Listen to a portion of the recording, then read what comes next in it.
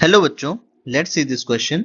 Nitrogen oxide produced from the emission of the automobile and power plants are the source of the fine airborne particles which led to A. Industrial smog, B. Dry acid deposition, C. Wet acid deposition, D. photochemical smog.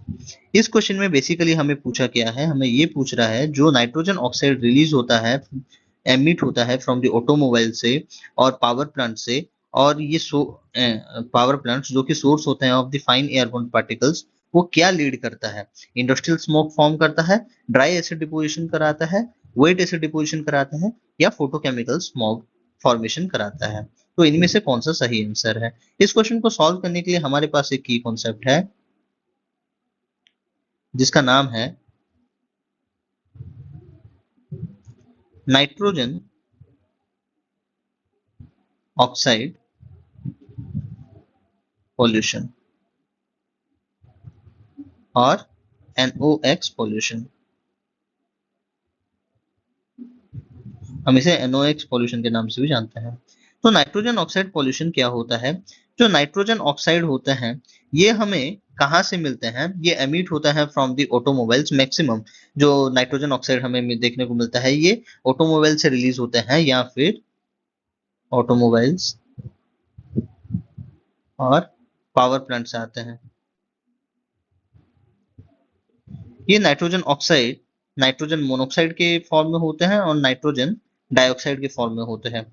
जब nitrogen monoxide ये मिलता है, nitrogen monoxide और nitrogen dioxide ये मिलते हैं with the H2O, ये form करते हैं HNO3 जो कि है नाइट्रिक एसिड, और यही nitric acid as the acid rain में एसिड रेन के लिए रिस्पॉन्सिबल होता है। एसिड रेन, ये नाइट्रोजन ऑक्साइड जो होता है, नाइट्रोजन ऑक्साइड ये H2O के साथ मिलकर, नहीं, ये अगर ड्राई फॉर्म में अगर ये एसिड मींस वाटर वेपर्स के साथ फॉर्म किया, अगर ये रिएक्ट करे विद वाटर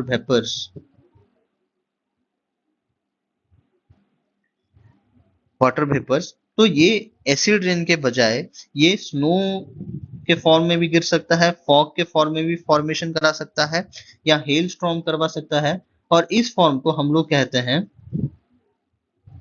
इस फॉर्म को हम लोग कहेंगे क्या? वेट डिपोजिशन कहेंगे। तो एसिड रेन है, this is a type of wet deposition only, so इसे हम वेट डिपोजिशन कहेंगे। वेट डिपोजिशन में और एक एसिड रिस्पॉन्सिबल होता है जिसका नाम है, वेट डिपोजिशन में और एक एसिड रेस्पॉन्सिबल होता है जिसका नाम है SO2, सल्फर डाइऑक्साइड भी रिस्पॉन्सिबल होता है for the wet deposition. So wet deposition में हमें क्या क्या देखने को मिलता है? वेट डिपोजिशन में हमें SO2 एंड NO2 रिस्पॉन्सिबल होते हैं, ये दोनों होते हैं मेन कल्प्रिट। अभी हम डिस्कस करते हैं किसके बाद में? ड्राई डिपोजिशन के बारे में। ड्राई डिपोजिशन क्या होता है? ये इसमें भी जो हमारा NO2 होता है ये मेन कल्प्रिट होता है, और इसके साथ साथ SO2 भी, ये भी मेन कल्प्रिट होता है। ये अगर इनका अगर एसिड HNO3 और एंड H2SO4, ये अगर acid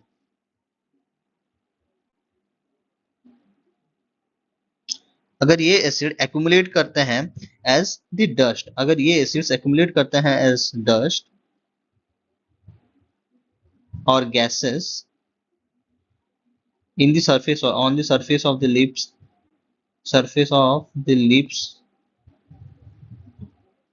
or surface of leaves of plants,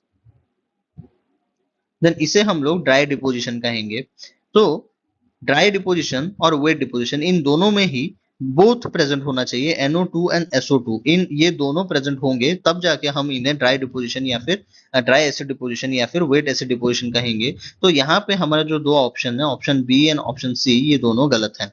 हमें इस क्वेश्चन में मैक्सिमम स्ट्रेस में ये बताया जा रहा है, पूछा जा रहा है कि नाइट्रोजन ऑक्साइड जो प्रोड्यूस होता है फ्रॉम दी, मींस पर्टिकुलरली ये नाइट्रोजन ऑक्साइड का नाम दे रहा है। तो इस चीज में हमारा जो पहला हमारा ध्यान जाना चाहिए वो इस चीज में जाना चाहिए कि नाइट्रोजन ऑक्साइड जो होता है वो अकेला क्या फॉर्म करता है।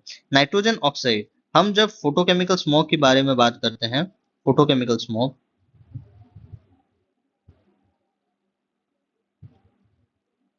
इसमें जो प्राइमरी पॉल्यूटेंट होता है वो क्या होता है? प्राइमरी पॉल्यूटेंट होता है नाइट्रोजन ऑक्साइड। तो नाइट्रोजन ऑक्साइड जब ये रिएक्ट करता है विद द यूवी रेडिएशंस,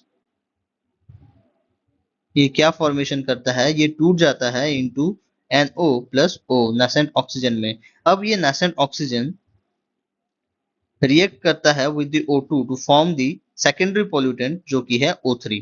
सो यहाँ पे जो सेकेंडरी पोल्यूटेंट होता है वो ज्यादा पोटेंट पोटेंट पोल्यूटेंट होता है, एयर पोल्यूटेंट होता है as compare to the nitrogen nitrogen oxide dioxide. So max यहाँ पे जो पहला जो प्राइमरी प्राइमरी पोल्यूटेंट है वो है NO2 in case of the photochemical smog. So here the correct answer, और फोटोकेमिकल स्मॉग ये इसमें जो फाइन एयरबोर्न पार्टिकल्स होते हैं वो होते हैं मेन कल्प्रिट जो कि फोटोकेमिकल स्मॉग का फॉर्मेशन कराता है। तो इसी वजह से जो पहला हमारा जो करेक्ट आंसर होना चाहिए वो है ऑप्शन डी, फोटोकेमिकल स्मॉग। इसमें इंडस्ट्रियल स्मॉग नहीं आएगा क्योंकि इंडस्ट्रियल स्मॉग में NO2 का हाथ नहीं होता। So option A is also a wrong answer. Option D, photochemical smog is the correct answer. Hope you understood this well. Thank you.